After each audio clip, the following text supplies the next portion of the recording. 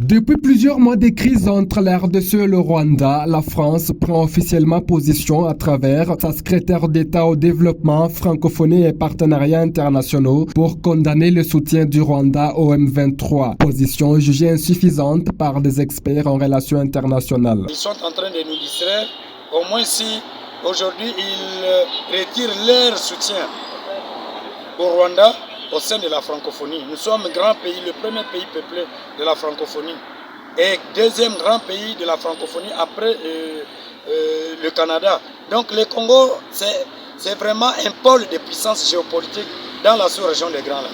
Mais comme ils trouvent que si le Congo est debout, beaucoup de choses vont bouger.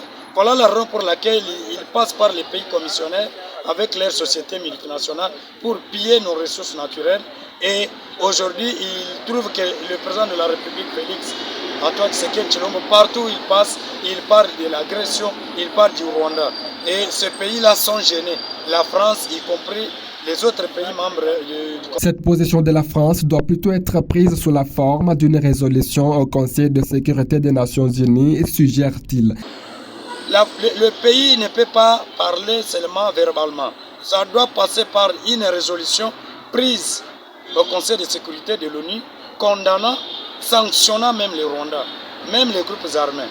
Quand on prend des décisions verbales pour dire non, on demande au Rwanda, non, mais pourquoi on ne sanctionne pas? Pour rappel, dans une déclaration faite lundi 19 décembre, la secrétaire d'État français au développement, francophonie et partenariats internationaux a déclaré, je cite, « La relation que nous avons construite avec le Rwanda, nous la mettons au service de la paix, tout en condamnant le soutien de ces derniers aux groupes armés dans l'est de la RDC. »